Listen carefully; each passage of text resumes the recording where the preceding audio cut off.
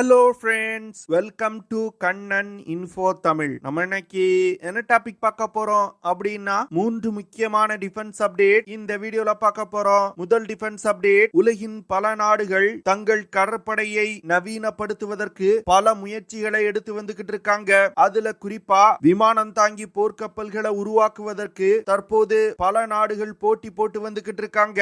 Super carrier அப்படின்னு சொல்லக்கூடிய 1,00,000 டன்னுக்கும் அதிகமான எடை கொண்ட ஏர்கிராப்ட் கேரியர்களை உருவாக்குவதற்கு தற்போது ஒரு மிகப்பெரிய போட்டி நடந்து வந்துகிட்டு இருக்கு. சூப்பர் கேரியர்னா என்ன, எதற்காக இந்த சூப்பர் கேரியர் விமானம் தாங்கி போர்க்கப்பல்களை உருவாக்குவதற்கு பல நாடுகள் போட்டி போட்டு வந்துகிட்டு இருக்காங்க. இந்தியா சூப்பர் கேரியர் விமானம் தாங்கி போர்க்கப்பல்களை உருவாக்குவதற்கு ஏதாவது திட்டம் வச்சிருக்காங்களா? வரும் காலத்துல இந்த சூப்பர் கேரியர் விமானம் தாங்கி போர்க்கப்பல்கள் கடல் போர்ல எவ்வளவு பெரிய மாற்றத்தை கொண்டு வர போகுது அப்படிங்கிறது குறித்து பார்க்கலாம். இரண்டாவது அப்டேட், QRSAM அப்படின்னு சொல்லக்கூடிய quick reaction surface to air மிசைல்களை இந்தியா வெற்றிகரமா டெவலப் செஞ்சுட்டாங்க. இந்த QRSAM மிசைல்களை தற்போது பல நாடுகளுக்கு ஏற்றுமதி செய்வதற்கு முயற்சி செய்து வந்துகிட்டு இருக்காங்க. இந்தியா QRSAM மிசைல்களை ஏற்றுமதி செய்வதற்கு என்ன நகர்வுகளை செஞ்சு வந்துகிட்டு இருக்காங்க? இந்தியாவின் QRSAM மிசைலோட செயல்திறன் என்ன? QRSAM மிசைல்கள் யுத்த களத்துல எதற்காக பயன்படுத்தப்படும் அப்படிங்கிறது குறித்து பார்க்கலாம். மூன்றாவது அப்டேட், பிரேசில் இந்தியாவிடமிருந்து ஒரு ஏர் டிஃபென்ஸ் சிஸ்டத்தை வாங்க இருப்பதா செய்திகள் வெளிவந்திருக்கு. பிரேசில் இந்தியாவிடமிருந்து எந்த ஏர் டிஃபென்ஸ் சிஸ்டத்தை வாங்க போறாங்க, இதன் மூலமா இந்தியாவுக்கு கிடைக்கக்கூடிய நன்மைகள் என்ன அப்படிங்கிறது குறித்து நம்ம டீடைலா இந்த வீடியோல பார்க்கலாம். நம்ம சேனல்ல டிஃபென்ஸ் மற்றும் ஜியோ பாலிடிக்ஸ் சம்பந்தமா தினம் ஒரு வீடியோ பப்ளிஷ் பண்ணிட்டு இருக்கோம். உங்களுக்கு நம்ம சேனல்ல பப்ளிஷ் பண்ணக்கூடிய வீடியோஸ் பிடிச்சிருந்துச்சுன்னா சேனலை சப்ஸ்கிரைப் பண்ணி சப்போர்ட் பண்ணுங்க. நீங்க பண்ற ஒவ்வொரு சப்ஸ்கிரிப்ஷனும் எனக்கு அடுத்தடுத்த வீடியோஸ் போடுறதுக்கு ஒரு மோட்டிவேஷனா இருக்கும். விமானம் தாங்கி போர்க்கப்பல்களை உலகின் வெகு சில நாடுகளுடைய கடற்படை தான் வச்சிருக்காங்க. குறிப்பா சொல்லணும்னா அமெரிக்கா, ரஷ்யா, சீனா, இந்தியா, UK, பிரான்ஸ் போன்ற வெகு சில நாடுகள் தான் ஏர்கிராப்ட் கேரியர்களை வச்சிருக்காங்க. ஆனா தற்போது உலகின் பல நாடுகள் தங்கள் கடற்படையை நவீனப்படுத்துவதற்கு முயற்சி செய்து வந்துகிட்டு இருக்காங்க. அதுல சீனா அமெரிக்காவுக்கு போட்டியா பல விஷயங்களை செஞ்சு வந்துகிட்டு இருக்காங்க. அதுல சீனா மிகவும் முக்கியமா கையில் எடுத்திருப்பது அதிக எண்ணிக்கையில விமானம் தாங்கி போர்க்கப்பல்களை உருவாக்கி தங்கள் கடற்படையில் இணைப்பது. குறிப்பா அமெரிக்கா போன்று சூப்பர் கேரியர் அப்படின்னு சொல்லக்கூடிய 1,00,000 டன்னுக்கும் அதிகமான எடை கொண்ட விமானம் தாங்கி போர்க்கப்பல்களை உருவாக்குவது. அமெரிக்காவிடம் தற்போதைய நிலையில 11 விமானம் தாங்கி போர்க்கப்பல்கள் இருக்கு. அமெரிக்கா தான் உலகத்திலே அதிக விமானம் தாங்கி போர்க்கப்பல்களை வச்சிருக்கக்கூடிய நாடு. அமெரிக்கா சமீபத்துல தங்கள் கடற்படையில இணைச்ச USS ஜெனரல் R. ஃபோர்ட் அப்படிங்கிற விமானம் தாங்கி போர்க்கப்பல் 1,00,000 டன்னுக்கும் அதிகமான எடை கொண்ட ஒரு மிகப்பெரிய சூப்பர் கேரியர் விமானம் தாங்கி போர்க்கப்பல். இந்த போர்க்கப்பல் கிட்டத்தட்ட 1000 அடி நீளம் கொண்டது. அமெரிக்காவின் ஜெனரல் R. ஃபோர்ட் விமானம் தாங்கி போர்க்கப்பல்ல F-35 5th generation fighter jet விமானத்தை அமெரிக்கா இயக்கி வந்துகிட்டு இருக்காங்க. இந்த சூழ்நிலையில அமெரிக்காவுக்கு போட்டியா சீனா ஃபிஜியாங் அப்படிங்கிற ஒரு பிரம்மாண்ட சூப்பர் கேரியர் விமானம் தாங்கி போர்க்கப்பலை சில மாதங்களுக்கு முன்பு லான்ச் செஞ்சிருக்காங்க. இந்த ஃபிஜியாங் சூப்பர் கேரியர் விமானம் தாங்கி போர்க்கப்பல் 80,000 டன் எடை கொண்டது. அமெரிக்காவின் ஜெனரல் R. ஃபோர்ட் விமானம் தாங்கி போர்க்கப்பலை விட சற்று சிறிய விமானம் தாங்கி போர்க்கப்பல் தான். ஆனா சீனாவின் ஃபிஜியாங் விமானம் தாங்கி போர்க்கப்பல்ல உள்நாட்டிலே டெவலப் செஞ்சிருக்க இமெயில்ஸ் அப்படிங்கிற எலக்ட்ரோ மேக்னெட்டிக் ஏர்கிராப்ட் லான்ச்சர்கள் இணைக்கப்பட்டிருக்கு. இந்த எலக்ட்ரோ மேக்னெட்டிக் லான்ச்சர்கள் உலகின் வெகு சில நாடுகள் தான் டெவலப் செஞ்சிருக்காங்க.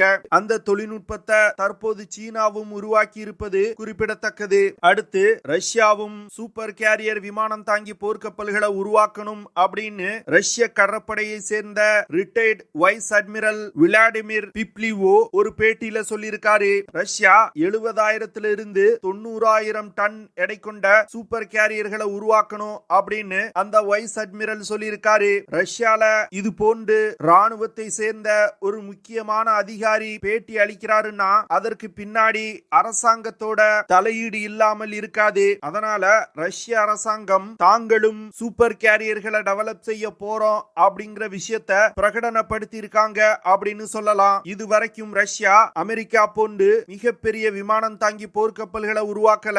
அதற்கு பதில் சி டினையல் கேப்பபிலிட்டிய மிகப்பெரிய அளவுல டெவலப் செஞ்சு வச்சிருக்காங்க. அதாவது ரஷ்யா மிகப்பெரிய அளவுல நீர்மூழ்கி கப்பல்களை தங்கள் படையில் இணைச்சிருக்காங்க.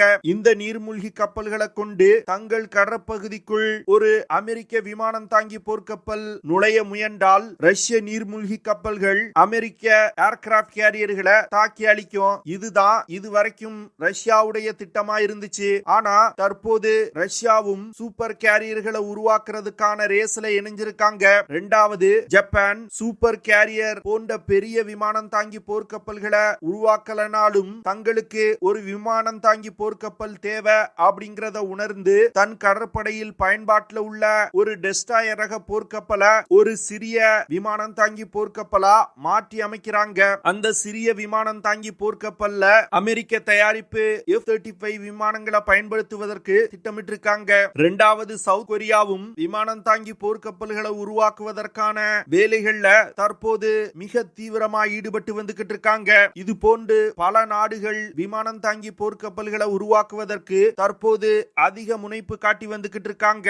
இந்த சூழ்நிலையில இந்தியா INS விக்ராந்த் அப்படிங்கிற ஒரு அதிநவீன ஒரு மீடியம் வெயிட் ஏர்கிராப்ட் கேரியரை வெற்றிகரமா டெவலப் செய்து இந்திய கடற்படையில இணைச்சிருக்காங்க. அடுத்து இரண்டாவது விமானம் தாங்கி போர்க்கப்பலை உருவாக்குவதற்கான ஒப்புதலை இன்னும் கூடிய விரைவில் இந்திய அரசாங்கம் கொடுப்பாங்க அப்படின்னு எதிர்பார்க்கப்படுது. இந்தியாவுக்கு ஏற்கனவே விமானம் தாங்கி போர்க்கப்பலை உள்நாட்டிலே டெவலப் செய்து எக்ஸ்பீரியன்ஸ் இருக்கிறதுனால சீனா, அமெரிக்கா போன்று ஒரு சூப்பர் கேரியர் விமானம் தாங்கி போர்க்கப்பலை இந்தியா உருவாக்கணும் அப்படின்னு டிஃபென்ஸ் எக்ஸ்பர்ட் சொல்றாங்க. இந்தியா INS விஷால் அப்படிங்கிற ஒரு விமானம் தாங்கி போர்க்கப்பலை உருவாக்குவதற்கு திட்டமிட்டிருக்காங்க.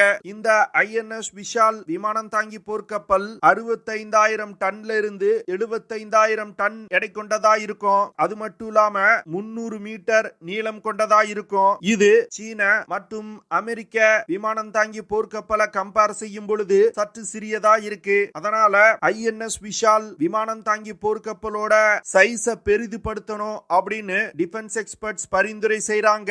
இந்தியா டெவலப் செய்யும் INS விஷால் விமானம் தாங்கி போர்க்கப்பல்னால 30 நாட்ஸ் வேகத்துல பயணிக்க முடியும். அது மட்டும் இல்லாம INS விஷால் விமானம் தாங்கி போர்க்கப்பல்ல இருந்து 55 விமானங்களை இயக்க முடியும். அதுல 40 ஃபைட்டர் ஜெட் விமானங்களையும் 15 ஹெலிகாப்டர்களையும் இயக்க முடியும். இந்தியா இந்த INS விஷால் விமானம் தாங்கி போர்க்கப்பல்ல TEDBF அப்படிங்கிற twin engine deck based fighter ஜெட்டை பயன்படுத்த போறாங்க. இந்த விமானத்தோட டெவலப்மெண்ட்டை HAL தற்போது செஞ்சு வந்துகிட்டு இருக்காங்க. இந்தியன் டிஃபென்ஸ் எக்ஸ்பர்ட்ஸ் என்ன சொல்றாங்கன்னா, வரும் காலத்துல வரக்கூடிய பிரச்சனைகளையும் மனதில் வைத்து இந்தியா இரண்டாவதா உருவாக்கக்கூடிய விமானம் தாங்கி போர்க்கப்பலை ஒரு சூப்பர் கேரியர் விமானம் தாங்கி போர்க்கப்பலா உருவாக்கணும் அப்படின்னு சொல்றாங்க. விமானம் தாங்கி போர்க்கப்பல் அப்படின்னா கடற்படையை பொறுத்தமட்டில் மேரிடைம் டாமினன்ஸுக்கு பயன்படுத்துவாங்க.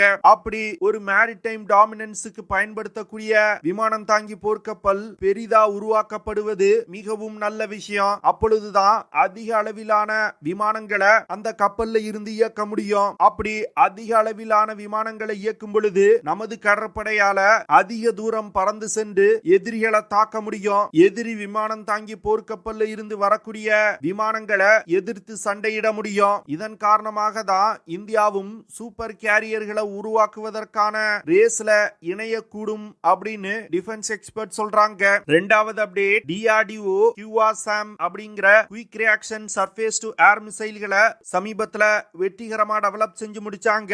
இந்த QASAM மிசைல்களை லேண்ட் ஃபோர்சஸ் 2024 அப்படிங்கிற இன்டர்நேஷனல் லேண்ட் டிஃபென்ஸ் எக்ஸிபிஷன்ல காட்சிப்படுத்த போறாங்க. இந்த எக்ஸிபிஷன் ஆஸ்திரேலியால இருக்கக்கூடிய மெல்பர்ன் நகரத்துல நடக்க போகுது. இந்த லேண்ட் ஃபோர்சஸ் 2024 நிகழ்ச்சி உலகின் தலை சிறந்த டிஃபென்ஸ் எக்ஸிபிஷன் நிகழ்ச்சிகள்ல ஒன்று.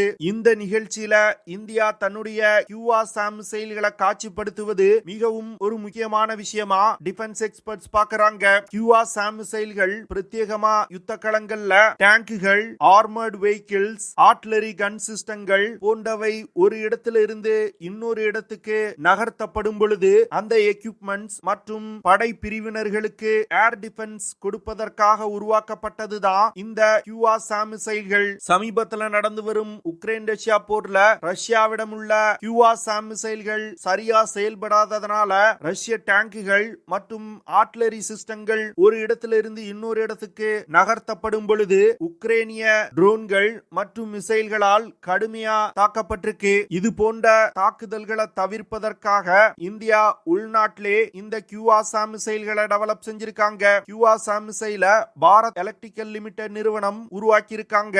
இந்தியாவின் QRSAM மிசைல்னால நகர்ந்து கொண்டிருக்கும் பொழுதே டார்கெட்டுகளை சர்ச் செய்ய முடியும். அது மட்டும் இல்லாம நகர்ந்து கொண்டிருக்கும் பொழுது டார்கெட்டுகளை ட்ராக் செய்ய முடியும். சிறிது நேரம் நிறுத்தி வைத்து டார்கெட்டுகள் மீது தாக்குதல் நடத்த முடியும். இந்த QRSAM மிசைல்கள் பெரும்பாலும் ட்ரக்ஸ் மற்றும் டேங்குகள்ல பொருத்தப்பட்டிருக்கும். இந்தியாவின் QRSAM மிசைல்னால குறைந்தபட்சமா 3 கிலோமீட்டர்ல இருந்து அதிகபட்சமா 30 கிலோமீட்டர் தூரத்துல உள்ள ஏரியல் டார்கெட்டுகளை மிக துல்லியமா தாக்க முடியும். இந்தியாவின் QRSAM மிசைலோட சிறப்பு அம்சமே மிசைல் பறந்து சென்று தாக்கக்கூடிய வேகம். இந்தியாவின் QRSAM மிசைல்னால மாக் 4.7 அப்படிங்கிற வேகத்துல பறந்து சென்று இலக்கை தாக்க முடியும். அதாவது ஒலியின் வேகத்தை விட 4.7 மடங்கு வேகத்துல சென்று இலக்கை தாக்க முடியும். இந்திய QRSAM மிசைலோட அக்யூரசி 95%, அதாவது 95% டார்கெட்டுகளை மிக துல்லியமா தாக்கி அளிக்க முடியும். இவ்வளவு அதிக செயல்திறன் கொண்ட QRSAM மிசைல இந்தியா உருவாக்கி இருக்கிறதுனாலதான் தற்போது உலகின் தலை சிறந்த டிஃபென்ஸ் எக்ஸிபிஷன்கள்ல காட்சிப்படுத்துறாங்க. அதனால இன்னும் கூடிய விரைவில் QRSAM மிசைல்களை இந்தியா பல நாடுகளுக்கு ஏற்றுமதி செய்வாங்க அப்படின்னு எதிர்பார்க்கப்படுது. அடுத்த அப்டேட், பிரேசில் ராணுவத்திற்கு மீடியம் ஆல்டிடியூட் மற்றும் ஹை ஆல்டிடியூட் ஏர் டிஃபென்ஸ் சிஸ்டங்கள் தேவை அப்படின்னு செய்திகள் வெளிவந்திருக்கு. அது மட்டும் இல்லாம பிரேசில் தன்னுடைய ஏர் டிஃபென்ஸ் கேப்பபிலிட்டியை அதிகப்படுத்துவதற்கு சமீப காலங்கள்ல பல்வேறு முயற்சிகளை செய்து வந்துகிட்டு இருக்காங்க. சமீபத்துல பிரேசில் ராணுவத்தை சேர்ந்த சில முக்கியமான அதிகாரிகள் இந்தியாவுக்கு வந்திருந்தாங்க. அவர்களுக்கு இந்தியா உள்நாட்டிலே டெவலப் செஞ்சிருக்க ஆகாஷ் ஏர் டிஃபென்ஸ் சிஸ்டங்களோட செயல்திறன் குறித்து விளக்கப்பட்டது. அது மட்டும் இல்லாம ஆகாஷ் ஏர் டிஃபென்ஸ் சிஸ்டங்கள் பிரத்யேகமா ஹை ஆல்டிடியூட் பகுதிகளுக்கு ஏர் டிஃபென்ஸ் கொடுப்பதற்காகவே உருவாக்கப்பட்டிருக்கு அப்படின்னு இந்திய அதிகாரிகள் சொன்னாங்க.